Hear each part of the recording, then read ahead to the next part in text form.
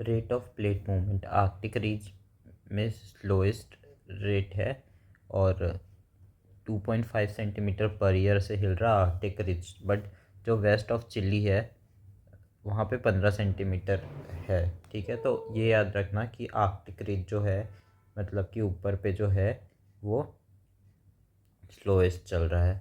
Movement of India plate, तो movement कैसे हुआ था, कॉन्टिनेंट कॉन्टिनेंट कन्वर्जेंस हुआ, यूरेशियन बाउंड्री से टकराया अपना ये जो इंडियन प्लेट है और उससे ईस्ट ईस्ट में एक्सटेंड हुआ रक Rakhine Yoma mountain of Myanmar toward island arc along Java trench. तो जावा ट्रेंच इंडिया के नीचे पे ही है, ज़्यादा दूर नहीं है जावा ट्रेंच, याद रखना। तो वहाँ तक ये एक्सटेंड हुआ, ईस्ट एक्सटेंड रकिनयोमा, क्या बोलते हैं इसको, प्रोनाउंस क्या कहते हैं, Rakhine Yoma Rakhine Yoma mountain of Myanmar, Rakhine Yoma या रकाइनयोमा बोलते होंगे, east extend Rakhine Yoma mountain of Myanmar toward island arc along Java trench, west margin Kirthar mountain of Pakistan extended Makran coast and joint spreading side of red sea. तो जो western margin है वो किरथार mountain Pakistan में है, उस वहाँ तक एक्सटेंडेड है। और उसके बाद एक्सटेंड और ज़्यादा हुआ है Makran coast and joint spreading side of red sea को भी ज्वाइन किया है। फिर Indian Antarctic by oceanic ridge divergent, India Antarctica by, हाँ तो फिर इंडिया और एंटार्क्टिका है वो भी डाइवर्ज हुए, मतलब इंडिया और एंटार्क्टिक के plate by oceanic ridge. Journey started 200 million year ago, India को collide 40 to 50 million year ago. जो इंडिया कोलाइड हुआ था 40 से 50 साल पहले, और जबकि जो स्टार्ट हुआ था जर्नी 200 मिलियन ईयर पुराना बात है ये। Major event outpouring lava and Deccan trap formation. तो मेजर इवेंट क्या था, आउटपोरिंग लावा निकला डेक्कन ट्रेप से, फॉर्मेशन हुआ 40 मिलियन ईयर एगो, हिमालय फॉर्मेशन टुक प्लेस अभी भी, और हिमालय राइजिंग हो रहा। तो ये सब था। और इससे पहले अपन अब ये देख लेते हैं एक बार, ठीक है, ये इंपॉर्टेंट है, ये प्री के लिए हो सकता है, मतलब पूछता तो नहीं है लेकिन पूछ भी सकता है। तो origin of oceans, supernova, big bang, ये सब 5000 से 13,700 मिलियन ईयर एगो हुआ था। अभी अपन देख रहे थे 200 मिलियन ईयर एगो, ये जबकि मतलब वो कब कौन से पीरियड में हुआ था, 200 ईयर एगो, यानी मेसोजोइक में हुआ था अप्रॉक्सीमेट, जब जुरासिक का टाइम था, डायनासोर के टाइम, उस टाइम बन रहे थे। तो ठीक है, याद ध्यान रखना ये।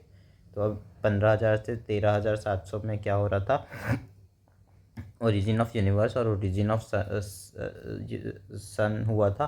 प्री कैम्ब्रियन जो है उसमें हुआ था हेडियन, एकियन और प्रोटोजोइक। उसमें हेडियन में था oceans and continents form, ocean and atmosphere are rich in carbon dioxide. Oceans and continent बनना शुरू हुआ हेडियन में, आर्कियन में ब्लू एल्गाई बनना शुरू हुआ, प्रोटोजोइक में सॉफ्ट बॉडी आर्थ्रोपोडा ये सब बनना शुरू हुए थे। ये सब और प्री कैम्ब्रियन के टाइम की बात है। तो ठीक है, प्री कैम्ब्रियन मतलब डायनासोर से पहले हुए थे काफ़ी, और उसके बाद प्री कैम्ब्रियन के बाद आया था पैलाजोइक पीरियड। ठीक है, तो पैलाजोइक में क्या हुआ, 570 से 245 मिलियन ईयर एगो की बात है। उसमें 500 मतलब जो कैम्ब्रियन था, फिर ऑर्डोविशियन था, फिर सिल्यूरियन था, फिर डेवोनियन था, फिर कार्बोनीफेरस था, फिर परमियान था। तो जो कैम्ब्रियन पीरियड था, तो उससे उससे मतलब ये कैम्ब्रियन यहाँ पे ठीक है होगा, और यहाँ पे प्री कैम्ब्रियन, तो ये यहाँ पे समझ में आ रहा, राइट। तो कैम्ब्रियन पीरियड में क्या हुआ, नो टेरेस्ट्रियल लाइफ, मरीन इनवर्टाब्रेटा नहीं थे, मतलब ये सब नहीं था, मतलब टेरेस्ट्रियल लाइफ नहीं था, फिर मरीन इनवर्टाब्रेट थे। और फिर ऑर्डोविशियन में क्या हुआ, फर्स्ट फिश, पहली बारी फिश आया। और मतलब यहाँ पे अभी तक मतलब जो कैम्ब्रियन था उसमें अभी तक टेरेस्ट्रियल लाइफ भी नहीं आया है और मैरीन इंट्रोवर्ट ये सब नहीं आया है, ठीक है।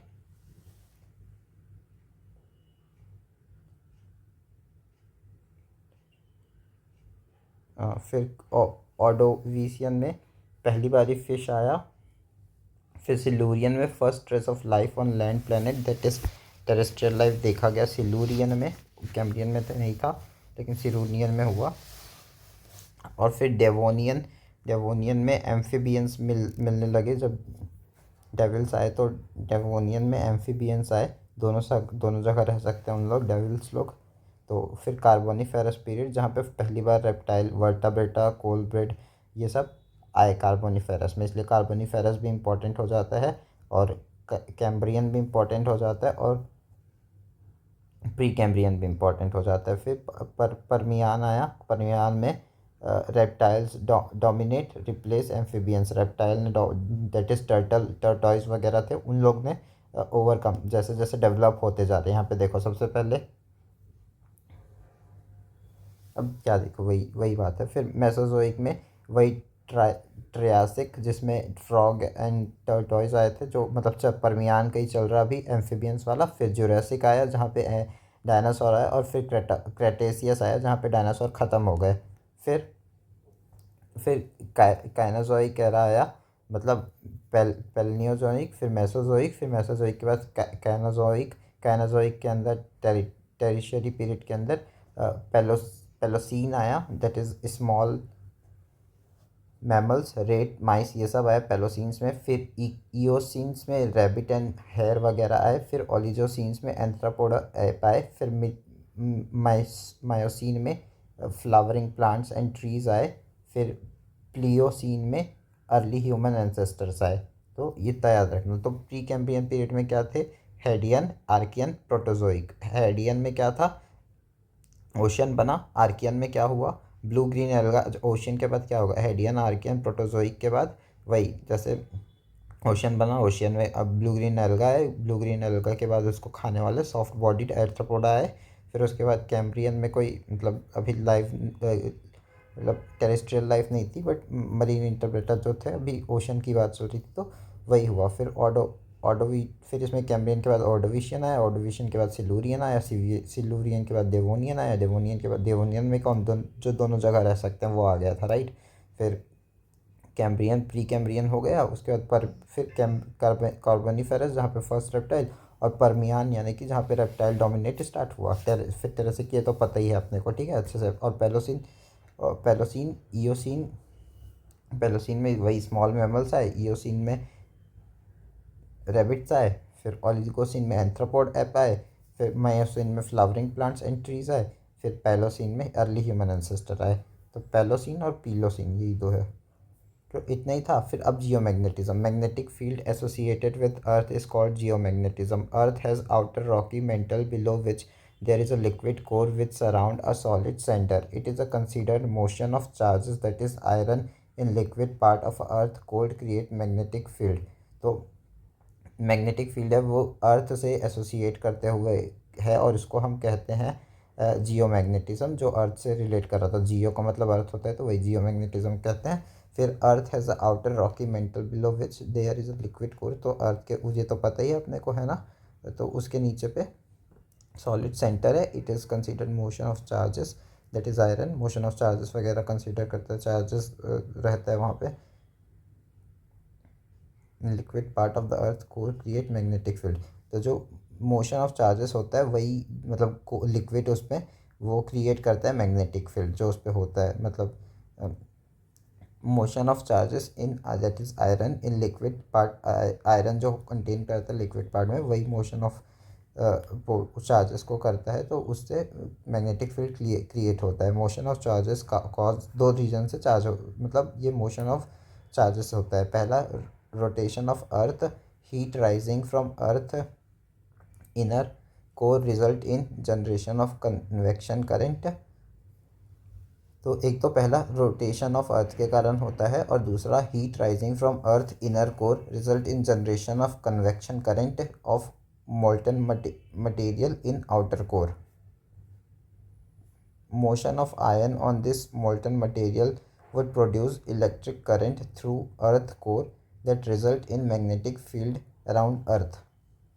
तो जो ये मोशन ऑफ आयन होता है मोल्टन मटेरियल के अंदर क्या करेगा, वो इलेक्ट्रिक करंट प्रोड्यूस करता है तो अर्थ के कोर के अंदर ही उसके कारण क्या रिजल्ट होता है कि मैग्नेटिक फील्ड अराउंड अर्थ क्रिएट होता है। ठीक है, तो वही बोल रहा है, heat rising from the earth inner core result in generation of convection current of molten material in outer core. तो ये कैसे होता है, ये देखो इसका डायग्राम, वही यहाँ से निकलते जा रहा तो इसका इसका इस तरफ डायरेक्शन है, ठीक है, इस तरफ, और इधर का इस तरफ डायरेक्शन है। तो ये डायरेक्शन वगैरह है, जैसे कि वही डायरेक्शन शो करता है ये कि मैग्नेटिक पोल किस तरफ पे है। अगर इधर पे है तो नॉर्थ पोल पे है, इधर पे है तो साउथ पोल पे है, ऐसे करके अर्थ का मैग्नेटिक पोल शो करता है। Magnetic held continuously moving north pole magnetic field align to north pole. तो सारे अगर north pole earth magnetic field है तो सारे नॉर्थ की तरफ अलाइन कर जाएंगे, वही बता रहा है। और फिर पैलियोमैग्नेटिज्म, पैलियोमैग्नेटिज्म मतलब history study of earth, historic study of earth magnetism in rock. तो जो हिस्टोरिक स्टडी करते हैं उसको पैलियोमैग्नेटिज्म कहते हैं, अर्थ का मैग्नेटिक फील्ड के ऊपर।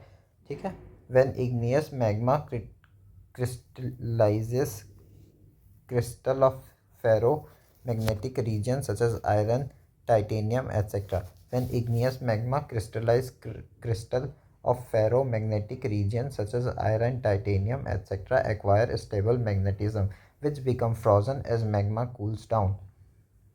तो फ्रोज़न हो जाता है जब मैग्मा कूल डाउन होता है। तो इग्नियस मतलब जो igneous magma when igneous magma crystallization critical crystal of ferromagnetic magnetic region, एक बार वापस पढ़ूंगा। when igneous magma crystallizes crystal of ferromagnetic region such as iron, titanium, etc. acquire stable magnetism which become frozen as magma cools down. This acquire magnetism called fossil magnetism. Such rock will have ferromagnetic minerals align in same direction as that of geomagnetic field at the time of consolidation. When paleomagnetic evidence for given region was observed over a long period of time, a gradual change in direction was discovered in 1950. This shows that position of magnetic force has moved steadily over time. This movement is called polar wandering.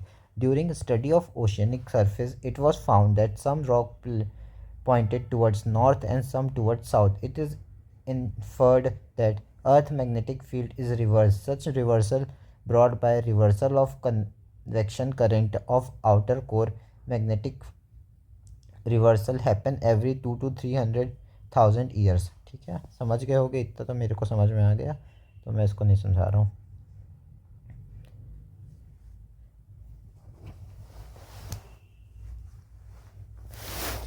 अब आगे देखते हैं Arora's the तो ये वही पूरा magnetic उससे related बता रहा है अभी। तो कैसे होता है, क्या होता है, तो फिर अरोराज क्या होते हैं। तो magnetosphere of earth atmosphere blocks the charged particles from solar wind, but some of the charged particles get trapped near polar region where magnetic lines are straight. Due to interaction of charged particles near polar region, colorful light are released called auroras. It is called aurora borealis in north pole and australis in south pole. So the magnetosphere of the earth atmosphere blocks the charged particles from solar wind. तो जो नीचे से ऐसे जैसे ये आ रहा है ना सन का रेस, तो यहाँ पे मैग्नेटोस्फीयर है, वो वापस पोलार रीजन से निकलने नहीं देता उसको, वहीं पे रोक लेता है। पूरे सारे वापस नहीं जा पाते, और वो जो जब अटक जाता है ना चार्ज पार्टिकल, तो वो ट्रैप्ड हो जाता है पोलार रीजन में। तो जहाँ पे मैग्नेटिक लाइंस स्ट्रेट होते हैं वहाँ पे, तो उसके कारण क्या होता है, due to interaction of charge particle near polar region colour light तो जब इंट्रैक्शन होता है पोलर रीजन में तो कलरफुल लाइट और आर रियलाइज कॉल्ड, उसको अरोरास कह देते हैं। अब tsunami, it is Japanese word for harbour waves, also called seismic sea waves. 4 stage हैं। पहला स्टेज जनरेशन है, दूसरा stage propagation in deep water है, तीसरा stage propagation on shallow water है, फिर चौथा स्टेज लैंडफॉल है। तो पहला जनरेशन देखते हैं। Generated due to vertical displacement of a column of sea water, it can due to under water earthquake along normal और reverse fault, volcanic eruption on sea floor के कारण भी हो सकता है, लैंडस्लाइड ओशनिक फ्लोर के कारण हो सकता है, अंडर वाटर न्यूक्लियर एक्सप्लॉयटेशन के कारण हो सकता है, लैंड सब्सिडेंस के कारण हो सकता है। तो ये जो जनरेशन हो रहा है, ये वर्टिकल मूवमेंट, ये जो हो रहा है इसके कारण ही हो रहा है, ठीक है। फिर ये इसको कहते हैं soling effect, process of rise in amplitude.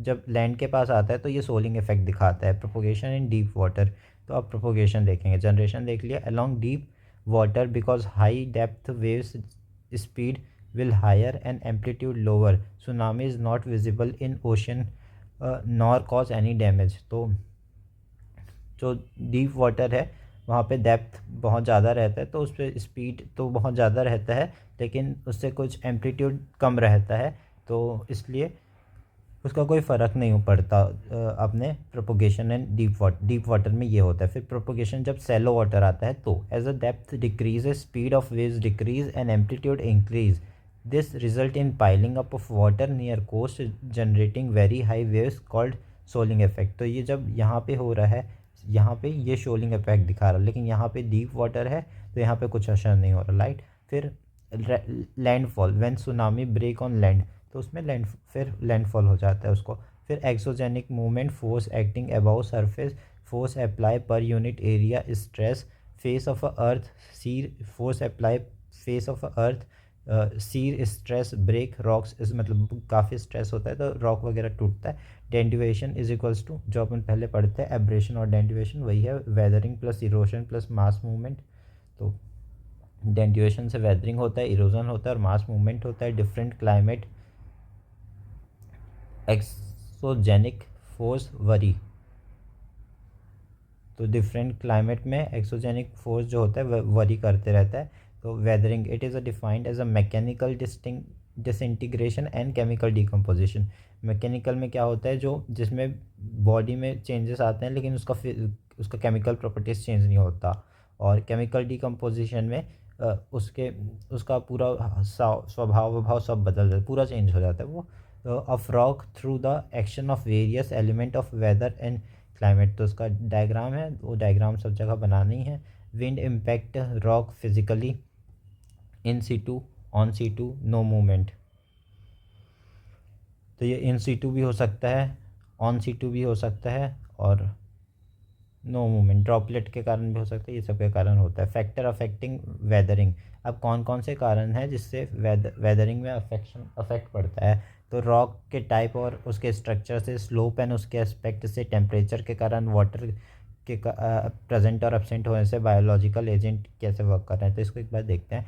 तो rock type and structure characteristics like crack present on fault, porosity, permeability, example sediment rock, weather faster than igneous rock, slope and aspect, slope prone to sunlight, rain more to prone to weathering, तो जो जिसमें direct सन पड़ रहा है वो ज़्यादा prone रहता है। Temperature both at the diurnal and annual increase rate of chemical reaction, तो दिन और रात का जो टेम्परेचर का एवरेज होता है वो उससे भी केमिकल रिएक्शन ज़्यादा मतलब होने के चांसेस रहते हैं। फिर water present and absent of water decide chemical reaction, when water added और रिमूव्ड,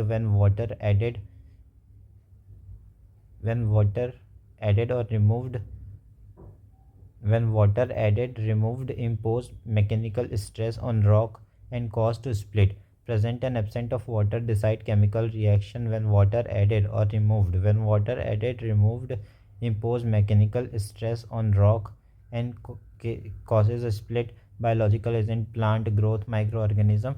अब टाइप ऑफ वेदरिंग जो अभी पढ़े अपन, mechanical weathering and chemical weathering. Mechanical weathering क्या होता है, no change in chemical composition, applied force, temperature, moisture, frost break rock, तो टेम्परेचर मॉइस्चर ये सबसे टूट जाता है रॉक, वही उसी को कह देते हैं मैकेनिकल वे।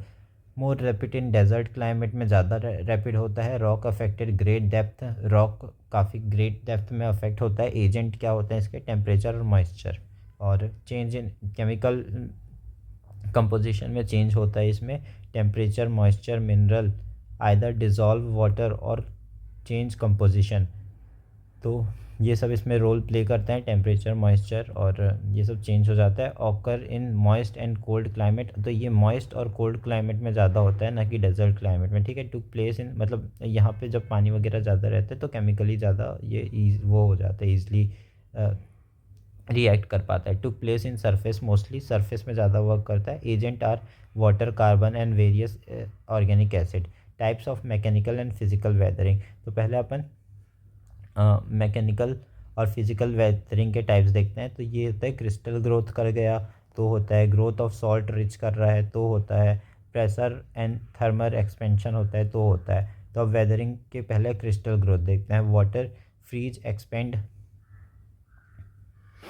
वाटर फ्रीज अगर होता है तो एक्सपेंड हो जाता है वो, मतलब वाटर, तो उसके कारण क्रिस्टल ग्रोथ करता है। फिर moisture fill the set crack and pore in rock, it wedge rock fissure and joints causing deep crack.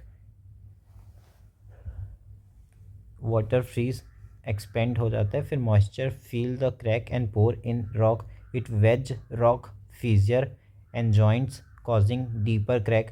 तो जो रॉक फीजर होता है और मतलब और टूटता है, it wedge rock fissure and joint crack causing, और डीप क्रैक करता है जब ये मॉइस्चर वगैरह आता है। तो in plains and desert area frost shattering, तो जो प्लेन और डेजर्ट एरिया वहाँ फ्रॉस्ट सेटरिंग वगैरह सेल्टरिंग होता है, उसके कारण होता है। ग्लेशियर में फ्रीज थॉन हो जाता है, तो उसके कारण होता है क्रिस्टल ग्रोथ। फिर growth of salt ridge involve accumulation of salt ridge by crystallization as moisture evaporate, thus creating pressure on the pore space and cracks. It is also called as hello haloclasty। तो involve accumulate, तो इसमें salt जो है rich वो घुसते जाता है, तो उससे बढ़ जाता है और फिर क्रिस्टलाइजेशन होता है। अब जैसे ही मॉइस्चर इवोपरेट करता है, निकल जाता है मॉइस्चर, क्रिएट, वो क्या करता है, वो प्रेशर क्रिएट करता है ऑन पोर स्पेस, खाली जगह पे प्रेशर क्रिएट करता है, और जो है फिर क्रैक, उसमें क्रैक्स आ जाते हैं, और इसको हेलोक्लासिटी भी कहते हैं। फिर प्रेशर एंड थर्मल एक्सपेंशन, जब इसके अंदर चार टाइप का है प्रेशर एंड थर्मल एक्सपेंशन। तो पहला है exfoliation, pressure release, block disintegration, granule disintegration. Exfoliation में क्या होता है, expansion and contraction rock cause pill of. तो जब एक्सपेंशन और फिर कॉन्ट्रैक्ट होता है, बढ़ता घटता रहता है, तो रॉक में पिल ऑफ होता है, मतलब छिलका जैसे पिल ऑफ करते हैं ना, वैसे ही छिला जाता है रॉक भी, ठीक है। Expansion, pressure and thermal expansion में, तो जैसे मतलब दिन और रात का टेम्परेचर अलग अलग चेंज होता है, वैसे ही उसी के कारण ये एक्सफोलिएशन होता है। फिर pressure release, pressure from weight of overlying rock, अगर आप उसके ऊपर कोई रॉक रखाया हुआ है, उसका प्रेशर पड़ते जा रहा, तो उससे भी pressure from weight of overlying rocks के कारण भी ये टूट जाता है, वेदरिंग हो जाता है इसका। Block disintegration, rock break into different block, तो डिफरेंट ब्लॉक में जब टूट जाता है ब्लॉक, तो फिर granular disintegration, rock break smaller granular, छोटे ऐसे ऐसे हो जाते हैं, इसी को बोलते हैं granule disintegration. Chemical weathering process, hydrolysis, अब हो गया अपना वो फिजिकल वाला। अब केमिकल वेदरिंग, हाइड्रोलिसिस होता है, हाइड्रेशन होता है, और कार्बोनेशन होता है। ये तीन टाइप के केमिकल वेदरिंग प्रोसेस है। हाइड्रोलिसिस में क्या होता है, chemical union of water and mineral involve chemical change, new material produce through solution. तो chemical union of water and mineral involve chemical change, new material produced through solution. Hydration, mineral incorporate water into molecular structure cause swelling. Hydrolysis में chemical union of water and mineral involve chemical change, new material produce through solution. Hydration में mineral incorporating water into molecular structure causing swelling. Carbonation में rain water observe CO2 as it falls through atmosphere and get converted into carbonic acid. limestone dolomite structure altered by dissolved action of carbon acid. Biological weathering, plant root burning animals increase rate of weathering. Significance, concentration of valuable material increase soil formation. Concentration of valuable material increase soil formation is its significance of weathering. Erosion and deposition, wearing away of land surface by mechanical action of or debris derived from weathering as they are transported to different location by action like wind etc. तो wearing away of land surface by mechanical action or debris derived from weathering as they are transported to different location by action like wind etc. Type, अब इसके types क्या हैं erosion और deposition के। इसमें होते हैं एब्रेशन, फिर होता है अब्रासन, एब्रासन के बाद कोराशन, फिर एट्रेशन, फिर कैविटेशन, फिर कोरोशन, फिर डिफ्लेशन, फिर हाइड्रोलिक एक्शन, फिर प्लकिंग। तो जो प्लकिंग होता है वो तो ग्लेशियर्स में होता है। As glacier moves they direct rock and disintegrate into smaller pieces, process called plucking. तो टूटता रहता है इसमें, ठीक है। तो ये छोटे छोटे पीसेस में जब वो नीचे आते हैं। फिर hydraulic action, breaching rock by fast moving water, breaking rock by fast moving water. तो हाइड्रोलिक एक्शन जब रॉक को तोड़ते हुए निकलता है तो उसको कहते हैं। फिर बाकी देखते हैं। डिफ्लेशन, लिफ्टिंग और removal by sand, removal sand by wind. तो ये जो होता है एयर के कारण होता है, स्ट्रॉन्ग विंड चल रहा तो वो लेके हटाता है। Deflation involve aerial erosion by removing by unconsolidated material from ground. जो अनकंसोलिडेटेड मटेरियल ग्राउंड में है वो सबको सैंड डिफ्लेशन होता है। तो ये प्लकिंग, हाइड्रोलिक एक्शन और डिफ्लेशन समझ में आ गया। पहला आइस, फिर दूसरा क्या था हाइड्रोलिक एक्शन पानी, और तीसरा डिफ्लेशन सैंड के कारण। अब बाकी देखते हैं, थोड़ा सा बाकी टफ है तो याद रखने की कोशिश करना। जो अब्रेशन है, अब्राशन, वो ऊपर होता है, ये मतलब लैंड में ही हो रहा। Wearing surface mechanical like rubbing, scratching, polishing called abrasion, abrasion, ठीक है। ये अब्रासन, तो इसमें वियरिंग सरफेस, और ये वाटर में इसी प्रोसेस को कहते हैं। अगर टीयर और ये सब होता है सरफेस मैकेनिकल लाइक रबिंग से स्क्रैचिंग, तो वहाँ पे कोरेशन होता है, ठीक है। और कोरेशन और कोरोसन क्या होता है फिर, अगर ये कोरेशन होता है तो wearing away of particle by solvent and chemical action of water. जब केमिकल एक्शन ऑफ वाटर चलेगा ना तो कोरोशन होता है। जैसे आयरन में कोरोशन आ जाता है ना, मतलब रस्टिंग हो जाता है, तो वही कोरोशन होता है। और कोरेशन और कोरोशन में अंतर है। तो ये पानी के कारण होता है, केमिकल पानी के कारण होता है। दोनों में पानी ही होता है कोरेशन कोरोशन में, लेकिन यहाँ पे केमिकल एक्शन के कारण होता है कोरोशन में। फिर एट्रीशन क्या होता है, reduce in size of fragment by friction. तो ऐसे छोटे छोटे होते हैं तो इसके कारण होता है। फिर cavitation, the collapse of bubble sand shock tend in distinct rate adjacent rock accumulate while turn it collapse small hole weaken it through a cavity that is cavitation। इतना हो गया। अब mass movement of transfer the mass of rock debris, direct influence of gravity. तो mass movement क्या होता है, movement transfer the mass of rock debris, direct influence of gravity के कारण होता है जनरली ये। तो उसको कहते हैं मास transfer the movement transfer the rock of अभी यार शिट वापस एक बोल रहा, sorry. Mass movement transfer the mass of rock debris, direct influence of gravity. Heave, flow and slide, 3 form of movement. तो 3 टाइप का है, एक तो हीव होता है, एक तो फ्लो होता है और एक स्लाइड होता है। तो पहले टाइप ऑफ मास मूवमेंट देखते हैं, जिसमें वो पहला है स्लो मूवमेंट। उसमें आता है सॉइल क्रेप, इसमें धीरे धीरे जो रेती है वो नीचे आते रहता है।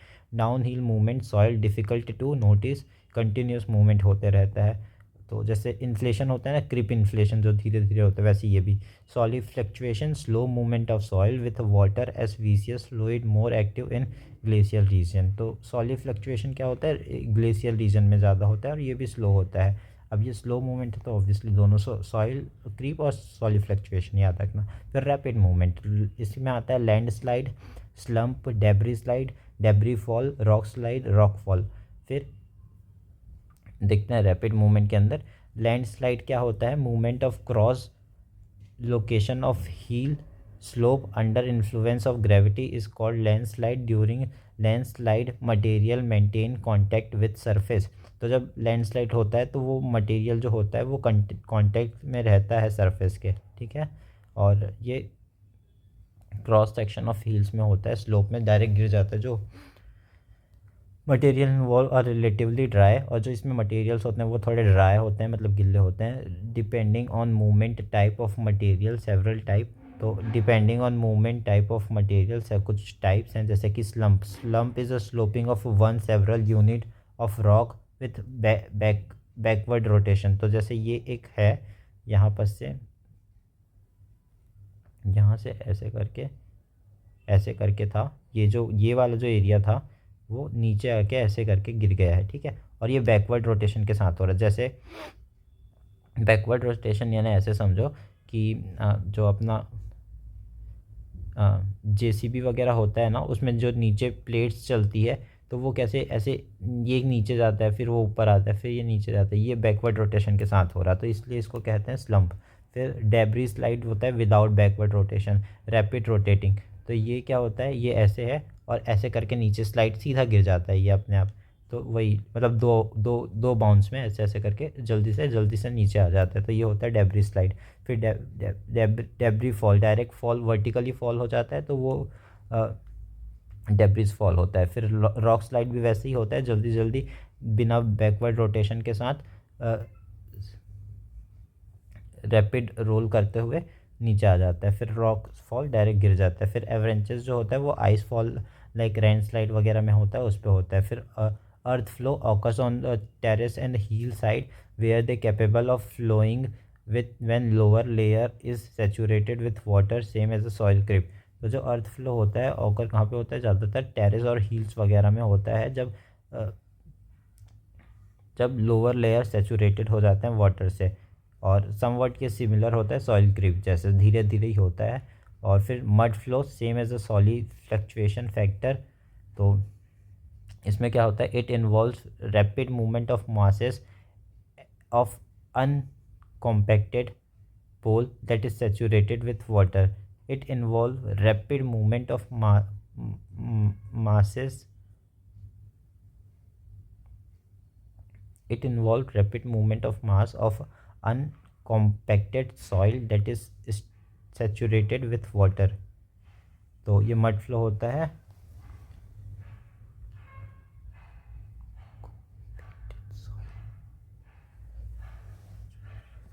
फिर rock slide, movement of rod along mount slope that is rock slide and vertical fall in the rock fall.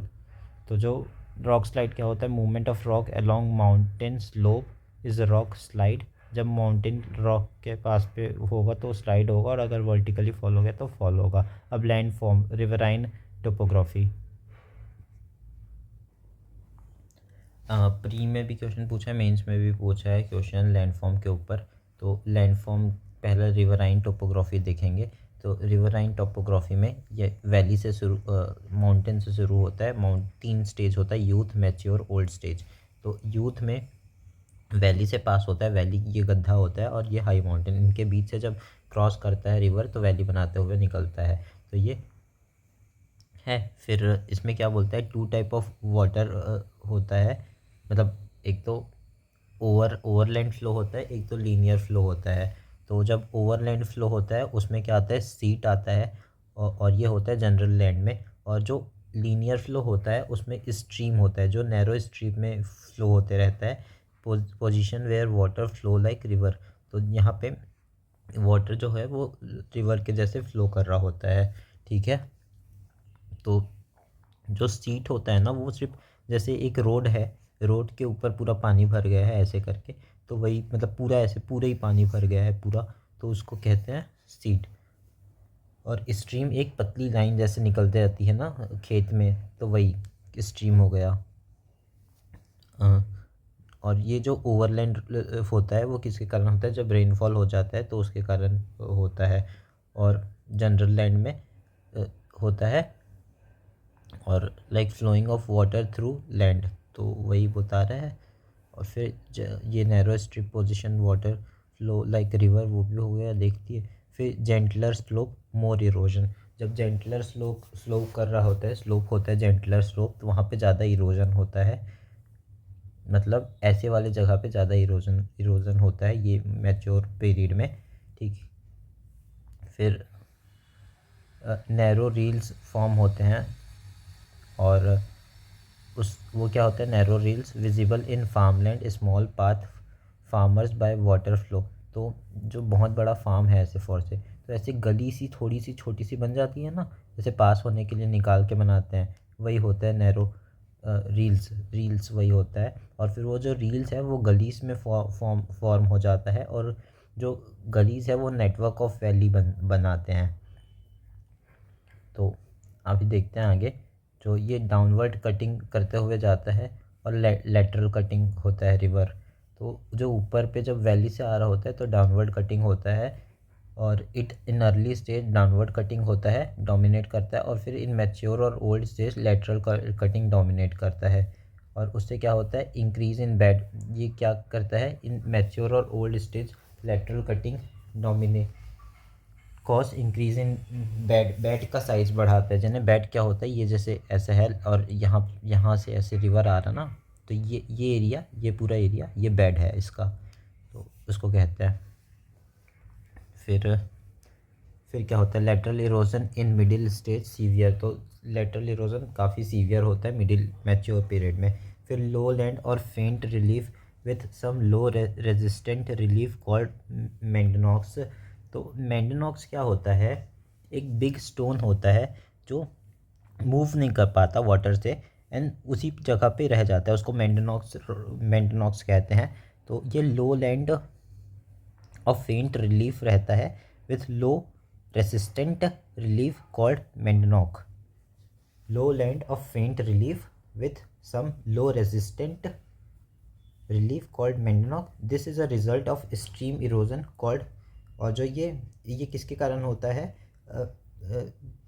पेनिप्लेन is a result of stream erosion called, मतलब और उसी को मतलब इसका क्या बोलने का मतलब है, deposited material cause form of land surface called peneplain, जो डिपॉजिटेड मटेरियल है जो जम जाता है आके वहाँ पे, वो पेनिप्लेन सॉल्व बना देते हैं। जो डिपॉजिशनल होता है, जैसे ये बनते गया डिपॉजिट होते गया, तो वो एक रॉक टाइप का बड़ा सा ऐसे स्ट्रक्चर बना दिया, तो वो पेनिप्लेन हो गया, ठीक है। Deposited material cause form of land surface, तो वो लैंड सरफेस बना देता है, उसको कॉल्ड पेनिप्लेन कहते हैं।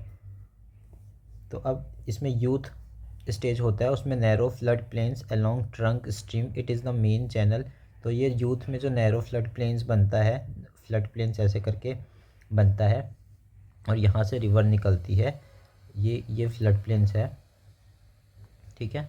यहाँ से रिवर निकलती है, और यहाँ पर से रिवर ऐसे ऐसे आती है थोड़ी बहती हुई, तो वो सब छोड़ते हुए जाती है, तो यहीं पे ही होता है, ठीक। फिर उसके बाद मैच्योर में still V shaped valley stream broad, तो अभी भी वी शेप्ड वैली रहता है मैच्योर पीरियड में भी, यहाँ पे भी वी शेप्ड वैली रहता है, यहाँ पे भी वी शेप्ड वैली रहता है, और जो स्ट्रीम होता है वो ब्रॉड हो जाता है अब यहाँ पे थोड़ा।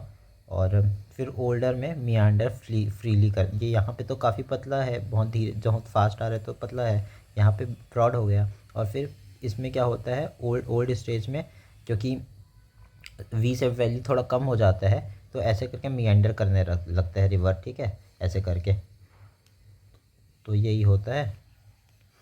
फिर प्रोसेस क्या है, corrasion, attrition, cavitation, corrosion, hydraulic action, तो वो एब्रेशन पढ़े थे ना, तो ये कोरेशन क्या होता है, जो वाटर में होता है, कट करते हैं और थ्रस्ट करते हैं उसको, वो सब होता है।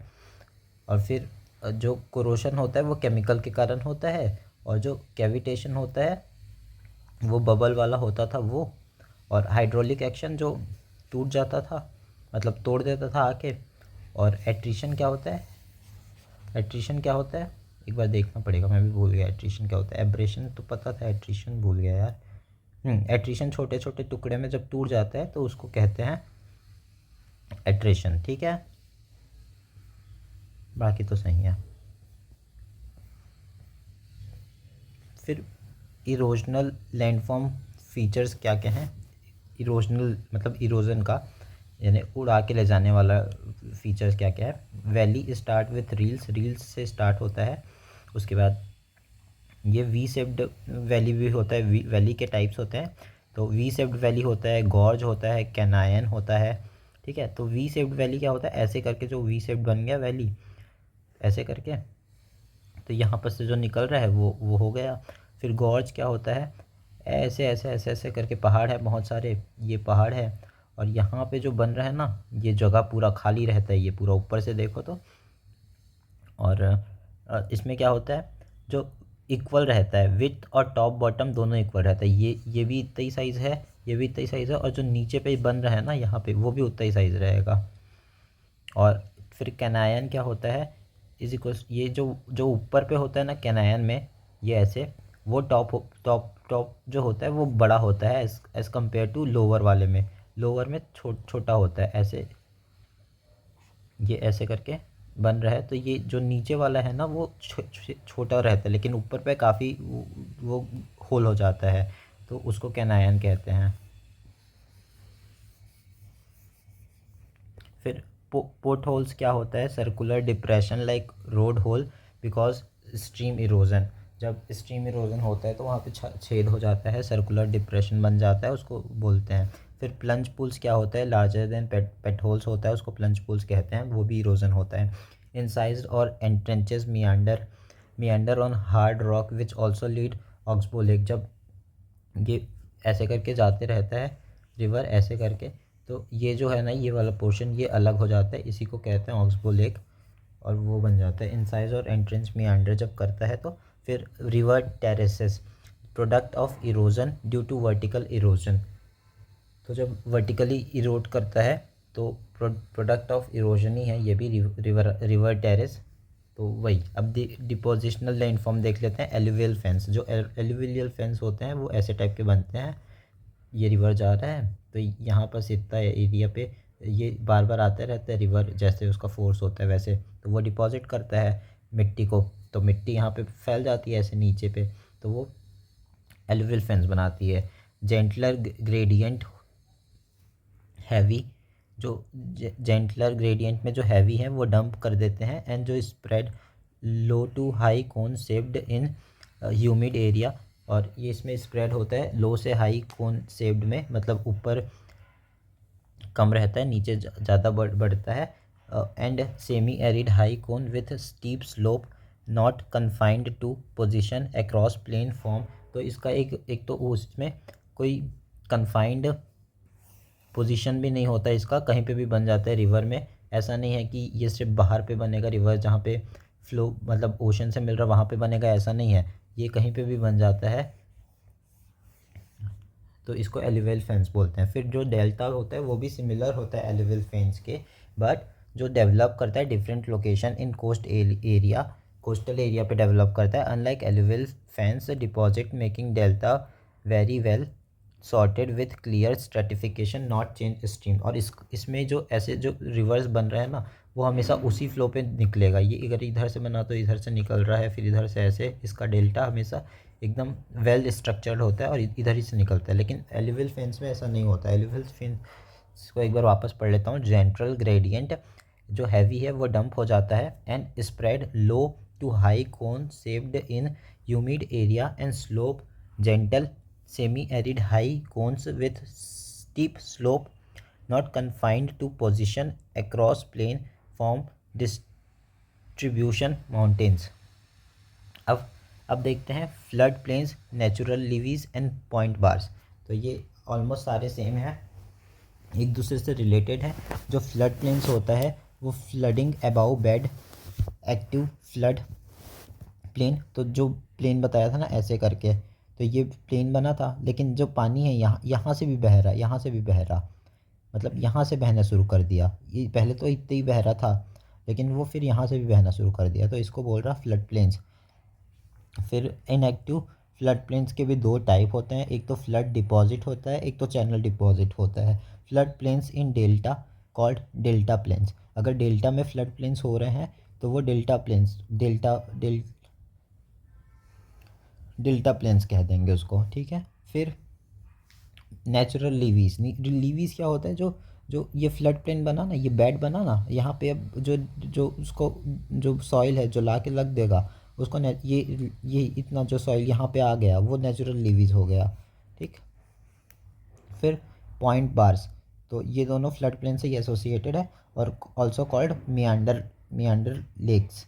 पॉइंट बार्स को मियांडर लेक्स भी कहते हैं। Contain mixed lake sediment almost uniform on concave side of meander. तो जब ये मियांडर ऐसे कर रहा है तो ऐसे ऐसे, तो ये वाले साइड पे इधर पे जो डिपॉजिशन हो रहा है, तो यहाँ पे डिपॉजिट हो रहा है या फिर यहाँ पे डिपॉजिट हो रहा है, यहाँ पे ये सब इसको बोलते हैं पॉइंट बार्स ऑल्सो कॉल्ड। और ये कंटेन क्या करता है, मिक्स साइज सेडिमेंट को कंटेन करता है, और ये हमेशा यूनिफॉर्म, ऑलमोस्ट यूनिफॉर्म होता है, पूरा यूनिफॉर्म नहीं होता। और ये तो बाकी तो पॉइंट बार्स बता दिया, ठीक है। अब और क्या होता है, मियांडर चैनल, चैनल पैटर्न जो अपन अभी तक पढ़ रहे थे वही मियांडर होता है। और वो लेक, जब लेक जो जो ऐसे करके मियांडर कर रहे हैं ना, ऐसे ऐसे, तो ये जो कटा हुआ रह गया ये जो है ऐसे निकल जाता है और ये ऐसे जुड़ जाता है, तो वही हो जाता है ऑक्सबो लेक। फिर ग्राउंड वाटर क्रास्ट टोपोग्राफी, इसमें कौन से प्रोसेस होते हैं, कोरेशन और कोरोसन दोनों होते हैं, वही पानी वाले दोनों प्रोसेस होते हैं, एक तो वाटर वाला केमिकल वाला और एक ऐसे नॉर्मल। अब सरफेस वाटर परकोलेट करता है और फिर परमेबल रॉक से घुस जाता है। Work in rock like limestone dolomite rich in calcium carbonate, active change percolate till hard rock then may move horizontal. Erosional landforms क्या क्या होते हैं, सैलो होल्स हो जाता है, सिंक होल्स हो जाता है, जैसे फनल शेप में होता है तो वो सिंक होल्स हो बन जाता है, ऐसे करके ऐसे ऐसे, फिर ऐसे करके हो जाता है वो सिंक होल बन जाता है। फिर डोलाइन उससे बड़ा हो जाता है, मतलब सिंक होल से बड़ा हो जाता है डोलाइन। तो कोलैप्स सिंक, जब जो जो सिंक है वो पूरा कोलैप्स कर गया, मतलब पहले तो ऐसे ऐसे था, पहले ऐसे ऐसे करके था कुछ, अब वो क्या हुआ, पूरा ऐसे करके पूरा ऐसे ऐसे ऐसे छेदा हो गया उसमें, ठीक है, उसको बोल दिए डोलाइन। तो ठीक, और इसके बाद उवल्स, उवलस करके और वैली सिंक। तो जो ये जो सिंक होल और डोलाइन जब एक साथ मिल जाते हैं ना, दोनों जब मिल जाते हैं, अभी तो फॉर से सिंक होल अलग है और डोलाइन यहाँ कहीं पे बन गया एकदम बड़ा सा, और जब ये दोनों मिल गया एकदम पूरा सब कुछ मिल गया तो वो हो जाता है उवलस, ठीक है। फिर केव और ओपन बोथ, तो जो केव होता है ना वो मतलब फॉर से ये लैंड है, ये लैंड है, तो यहाँ पे केव बनना शुरू हुआ तो ये पूरा यहाँ तक ऐसे छेदा ऐसा दिखेगा दूसरे एरिया तक। फिर लेपीज क्या होता है, eat by ground pits and trenches and wall hole is lapies. जो ग्राउंड में जो गड्ढा होता है और ट्रेंचेस होते हैं छोटे छोटे, वो जब पूरा छेद हो जाता है, पूरा गड्ढा हो जाता है, उसको लेपिस बोलते हैं। अब डिपोजिशनल फीचर्स देख लेते हैं। स्टेलेक्टाइट्स जो ऊपर पे होते हैं वो स्टेलेक्टाइट्स होते हैं, जो नीचे पे होते हैं वो स्टेगमाइट्स होते हैं, स्टेलेगमाइट होते हैं। इस ऊपर में स्टेलेटाइट होते हैं, नीचे में स्टेकेटाइट्स होते हैं, ऊपर में स्टेलेक्टाइट्स होते हैं, ऊपर में टाइट्स, स्टेलेक्टाइट्स ऊपर होते हैं और फिर स्टेलेगमाइट नीचे होते हैं। तो और जो बीच में होता है वो पूरा कवर पिलर होता है। अब ग्लेशियर टोपोग्राफी देखते हैं। Erosion tremendous process by abrasion के थ्रू होता है और प्लकिंग के थ्रू होता है। तो एब्रेशन वही है जो कोरेशन का था, वैसे ही एब्रेशन जो प्लकिंग वगैरह करता है, तोड़ता है सरफेस को, करता है ना, वही वही एब्रेशन है। फिर इरोजनल लैंडफॉर्म क्या होता है, इसमें क्या है, इरोजनल लैंडफॉर्म बनते हैं। पहला सरकी बनता है, मोस्ट कॉमन ग्लेशियर में होता है। ये बहुत डीप होता है, लॉन्ग होता है, वाइड होता है। It is deep cut when melted made और लीड टू लेक्स फॉर्मेशन। जब ये सरकी तो बेसिकली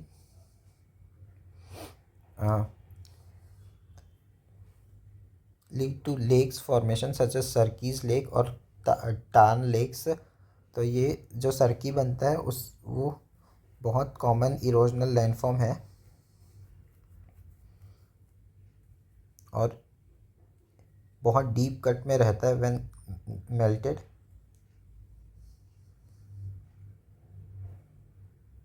जब ये मेल्ट हो जाता है, पिघल जाता है, क्योंकि ग्लेशियर में हो रहा है ना ये, तो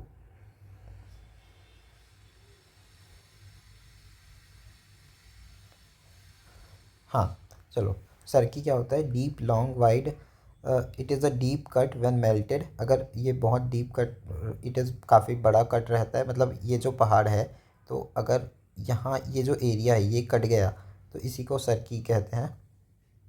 ठीक है, it is deep cut when melted made lead to lake formation. और ये जब कटता है, ये जो एरिया जो कट के रह जाता है, तो उसको कह देते हैं सर्की लेक और टार्न लेक्स। फिर उसके बाद और दूसरा इरोजनल लैंडफॉर्म है हॉर्न्स। जो जो ये पीक पीक है ना पहाड़ का ऐसे, तो ये पीक एरिया है, उसको हॉर्न्स कहते हैं। और हेडवर्ड इरोजन ऑफ सर्की, तो ये हेडवर्ड इरोजन होता है सर्की का, मतलब ये तो सर्की है, ये सर्की है, राइट? ठीक है, तो इसके जो सबसे ऊपर वाला है उसको हॉर्न्स कहते हैं। और ये जो डिवाइड होता है, get narrow turn separated ridges. और जब ये get narrow turn serrated ridge, जब ये सर्की के बाद ये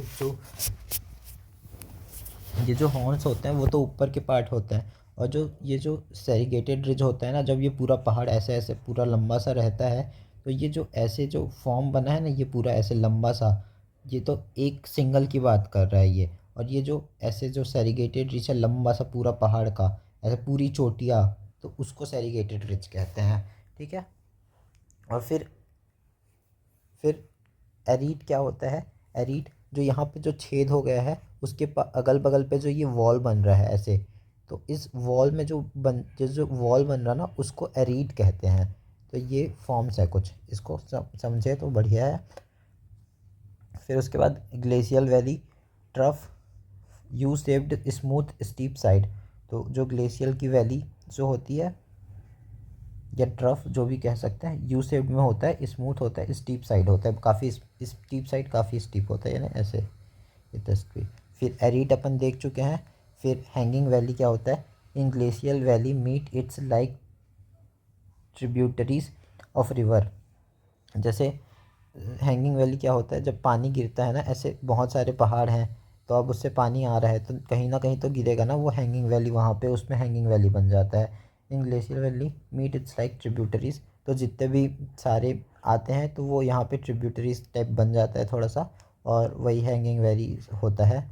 फिर very deep glacial through filled with sea water and make up shore lines called fjords or absorts। ठीक है, जब वेरी डीप ग्लेशियर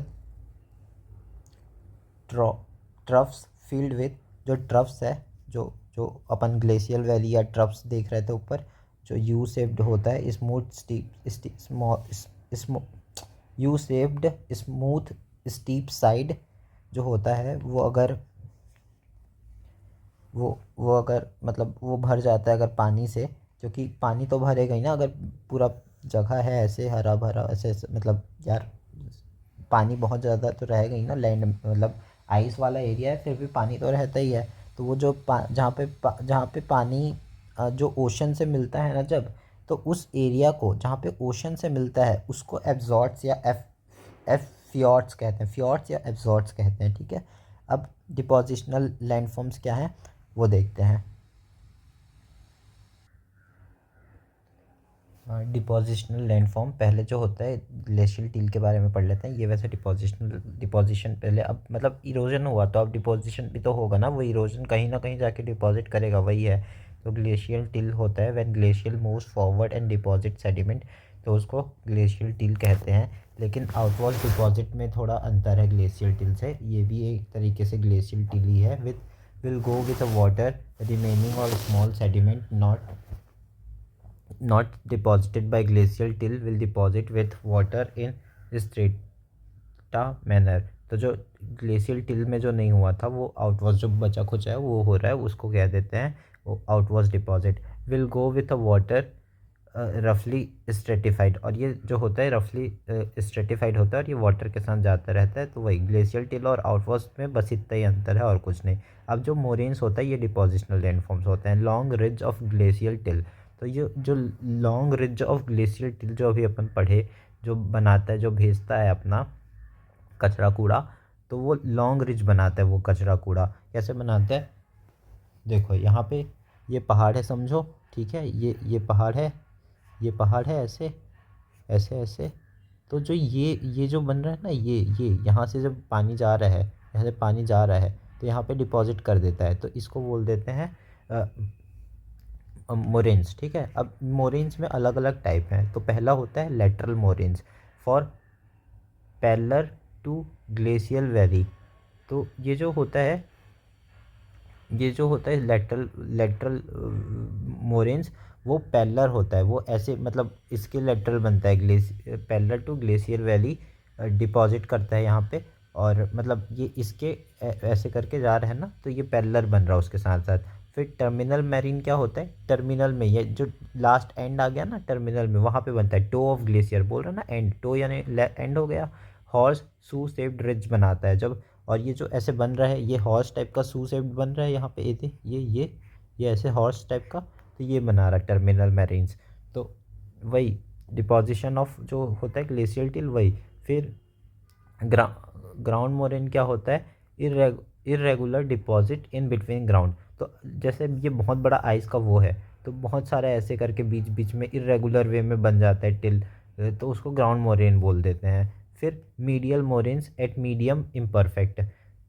तो ये जो मीडियन मोरेन होता है वो मीडियम होता है और ये इम्परफेक्ट होता है। अब eskers, long narrow mound of sand gravel flowing beneath और on it stagnant glacier on ground flow not making valley. तो क्या होता है, जब ये ऐसे करके आइस है, तो जब रिवर ऐसे फ्लो कर रहा होता है तो वो एस्कर्स बना देता है, ऐसे लंबा सा ऐसे करके, फिर कहीं पे ऐसे करके बना देगा, ऐसे करके कहीं पे भी बना देते हैं। जैसे ये भी मतलब लैंड का ही हिस्सा है समझो, और ये यहाँ पे लैंड बना दिया, फिर ऐसे करके बना दिया ऐसे ऐसे, तो कहीं पे भी बना देता है ये एस्कर्स। ठीक है, और उससे क्या होता है, ये मतलब long narrow mount of sand type का बन जाता है, ग्रेवल फ्लोइंग विद। अब पानी क्या है, नीचे से जा रहा होता है, या फिर एकदम ऐसे मतलब आइस से सीधा सीधा जा रहा होता है, ऐसे वैली वगैरह तो नहीं होता जैसे रिवर में। रिवर एक प्रॉपर एक स्ट्रीम लाइन से जाता है ना, लेकिन आइस में ऐसा कुछ नहीं होता प्रॉपर वैली टाइप का, ऐसे ये तो नहीं बनता ना ऐसे करके, ऐसे वाला तो नहीं बनता, ऐसे रिवर ऐसे तो नहीं निकलता। तो पानी कहीं से भी फ्लो कर जाता है, कहीं से भी फ्लो कर जा रहा है अगर पानी, तो वो कहीं पे भी इस एस्कर्स बना देता है, छोटा मोटा ये गड्ढा भर देता है, उसी को कहते हैं एस्कर्स। ठीक, अब आउटवर्स प्लेन्स क्या होता है, बियॉन्ड और of foot of covered with glacio fluvial deposit. जो जो अपना एलुविल याद है, एलुविल टाइप का जो अपन पढ़े थे, ऐसे करके बन रहा था, यहाँ पे भर देता था, पानी यहाँ से निकल रहा और यहाँ पे भर देता था, वैसे ही आउटवर्स प्लेन्स होता है, बियॉन्ड और of foot of covered with glacier fluvial deposit. ठीक है, फिर ड्रमलिन्स क्या होता है, smooth oval shaped ridge like होता है, मतलब ऐसे करके ये ऐसे करके शेप का होता है, और ये जो एक एंड है वो स्टॉस होता है, और दूसरा जो एंड होता है वो टेल टाइप का होता है। तो ये ड्रमलिन्स होता है, ये भी फॉर्म करता है। तो ये सब डिपोजिशनल उसका वो है। अब करेंगे मरीन टोपोग्राफी। मरीन टोपोग्राफी का प्रोसेस क्या है, corrosion, attrition, cavitation, corrosion, hydraulic action, one session erosion and one deposition. तो इसमें दो सीशन चलता है, एक बार इरोजन होता है, एक बार डिपोजिशन होता है। बाकी में क्या हो रहा था, इरोजन डिपोजिशन साथ में हो रहा था, पहले इरोजन होता था फिर जाके डिपोजिशन हो जाता था, वो आगे प्रोसेस कंटिन्यूसली चलते रहते थे, वही होता था। फिर अब इसमें क्या होता है, coastal land forms depend on coastal advancing और सीवर्ड रिट्रीटिंग। तो जो कोस्टल लैंड फॉर्म हुआ है, कोस्टल लैंड, वो डिपेंड करता है किसमें, कोस्ट अगर एडवांसिंग है और सीवर्ड रिट्रीटिंग है, ठीक है, उस पर डिपेंड करता है। तो अब इसको अपन समझते हैं, ये दो टाइप का हो सकता है, दो टाइप ऑफ कोस्ट, एक तो हाई रॉकी कोस्ट में हो सकता है और एक लो सेडिमेंट्री कोस्ट। तो इसको देखते हैं। तो यहाँ पे coastal land form depend on two two चीज़ें। कोस्टल लैंड डिपेंड करता है कोस्टल एडवांस और सीवर्ड रिट्रीटिंग, ठीक है। तो कोस्टल एडवांसिंग में क्या होता है, ऐसे लगता है कि ये जो कोस्ट है, ये कोस्ट एरिया है, वो इस तरफ आ रहा है आगे, और जो उस टाइम सी का जो पावर है वो कम रहता है, ठीक है। तो ये आगे बढ़ते हुए जो ये डिपॉजिट ज़्यादा होता है यहाँ पे। और सीवर्ड रिट्रीटिंग क्या होता है, जब सी आगे बढ़ रहा होता है, ऐसे लगता है सी रिट्रीट कर रहा होता है और ये लैंड पीछे जा रहा होता है, ऐसे लगता है, ठीक है। तो ये दोनों होता है, कोस्टल एडवांसिंग और सी।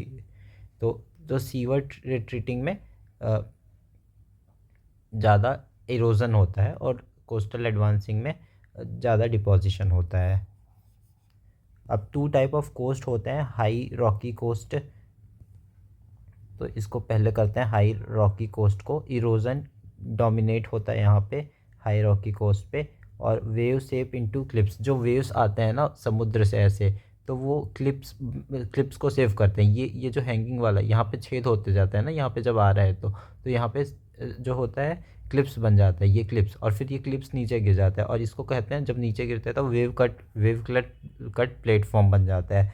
फिर क्या होता है, वेव कट टेरेस बनता है। जो वेव कट टेरेस होता है,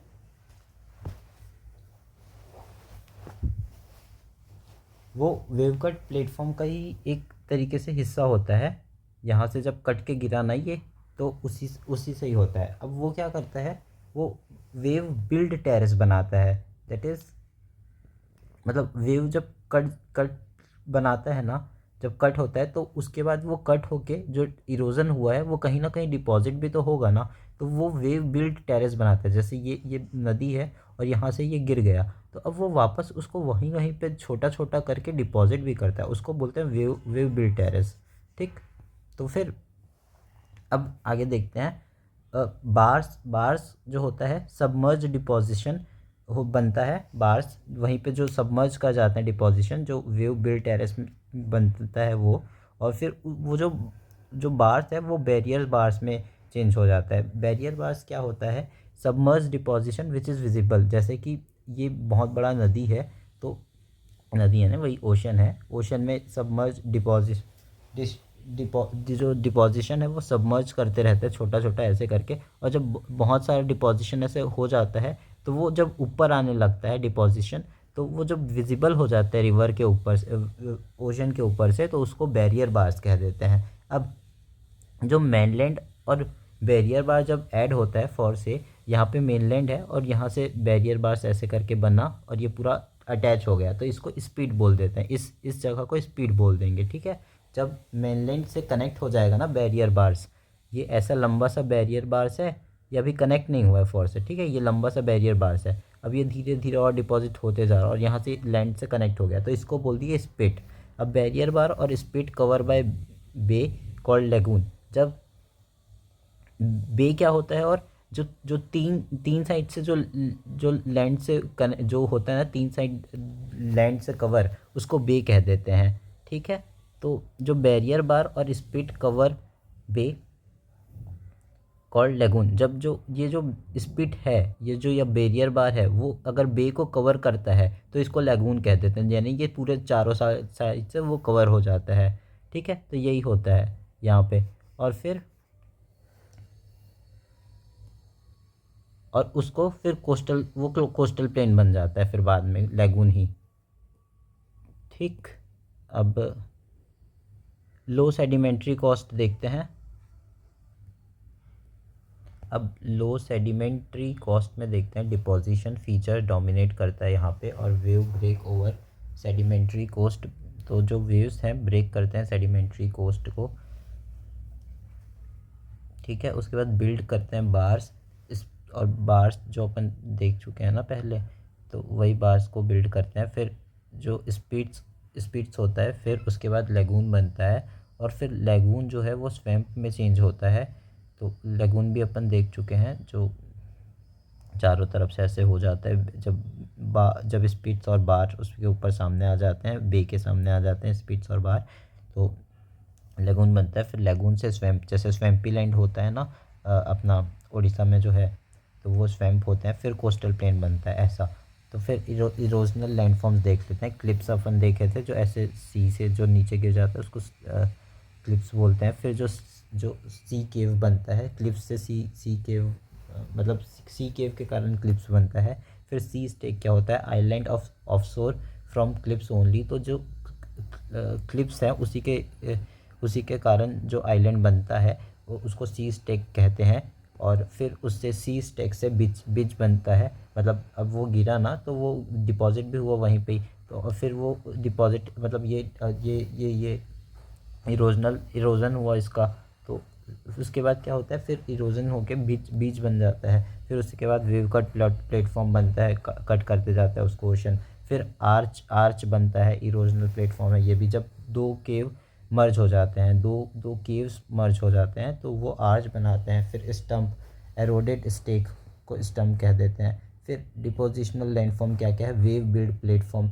जो वेव बिल्ड होता है ना नीचे पे जो बताया था ऊपर पे ही, तो वो वेव बिल्ड फॉर्म डिपोजिशन में आ गया। फिर बीचेस जो बने वो टेम्पररी होते हैं, वो भी डिपोजिशनल है। दोनों दोनों जो जो जो जो अपने बीचेस हैं वो यहाँ पे भी टेम्पररी, सी स्टेक यहाँ पे टेम्पररी था, यहाँ पे बीचेस टेम्पररी है।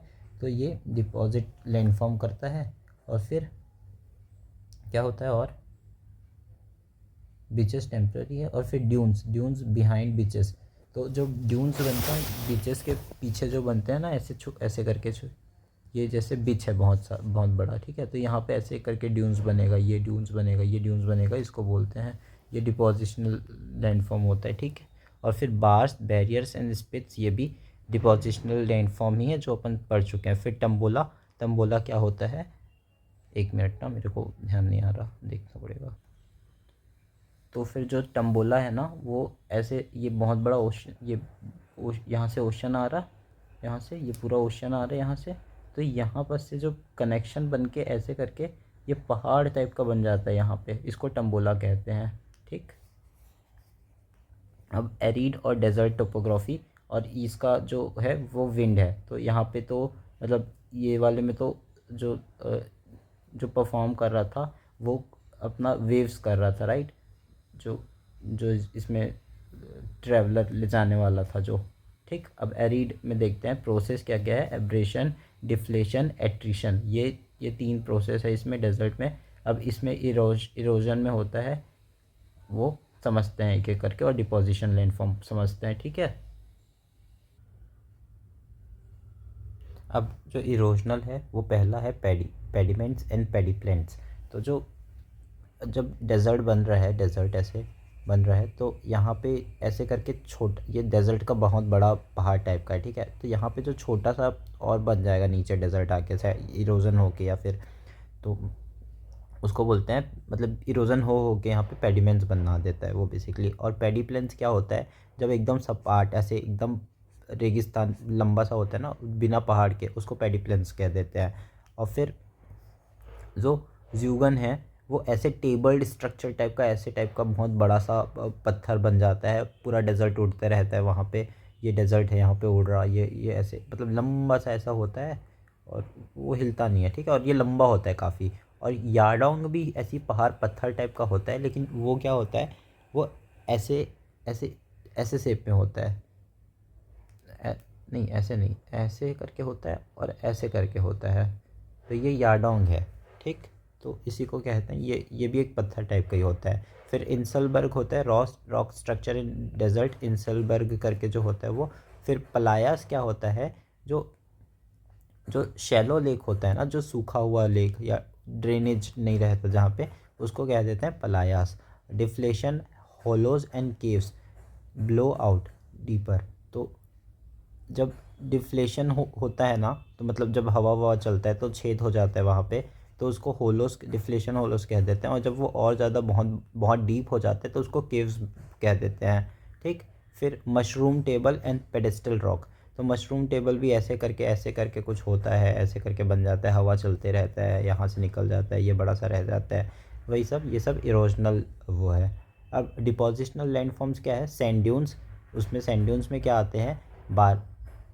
बारचेंस आते हैं। जो बारचेंस होते हैं वो कॉनकेव में होते हैं ऐसे करके, और यहाँ पे इधर पे डिपॉजिट होता है। और जो पैराबोलिक होता है वो कॉन्वेक्स होता है, पैराबोलिक होता है वो कॉन्वेक्स होता है, और वो इधर पे डिपॉजिट करता है, ठीक है। तो ये दोनों इसमें अंतर है, बारचेंस और पैराबोलिक में।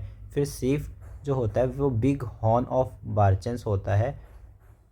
तो जो ये सीफ जो है ऐसे करके, जब बहुत सारा बारचेंस ऐसे करके मतलब बनना रहता है ना, ऐसे ऐसे ऐसे ऐसे करके, तो जब वो यहाँ पे डिपॉजिट होगा तो उसको सीफ सीफ कह देंगे और कुछ नहीं। फिर लॉन्गिट्यूडनल ड्यून्स होता है, फिर ट्रांसवर्सल ड्यून्स होता है। तो ये दोनों भी एक दूसरे से कनेक्ट है।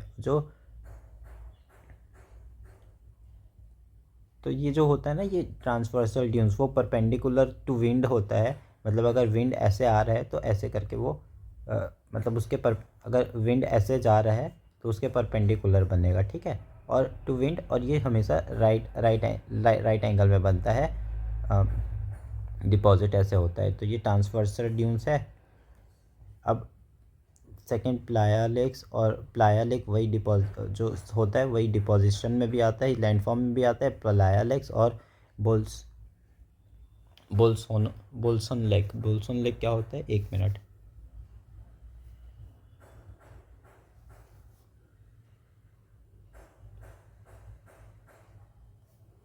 तो जो बोल्सन लेक होता है वो फ्लैट वैली होता है।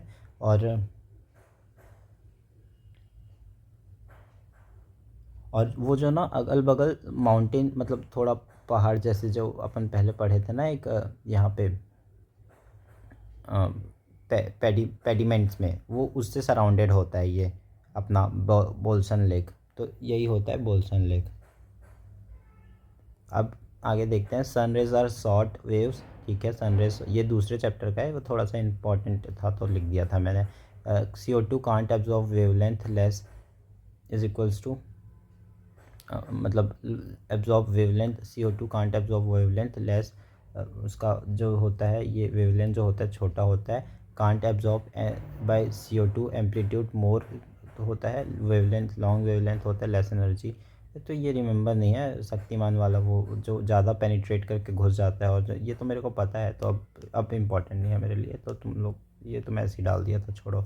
चलो ठीक है, थैंक यू, हो गया यहाँ पे। अब क्लाइमेटोलॉजी अपन नेक्स्ट वाले में स्टार्ट करेंगे।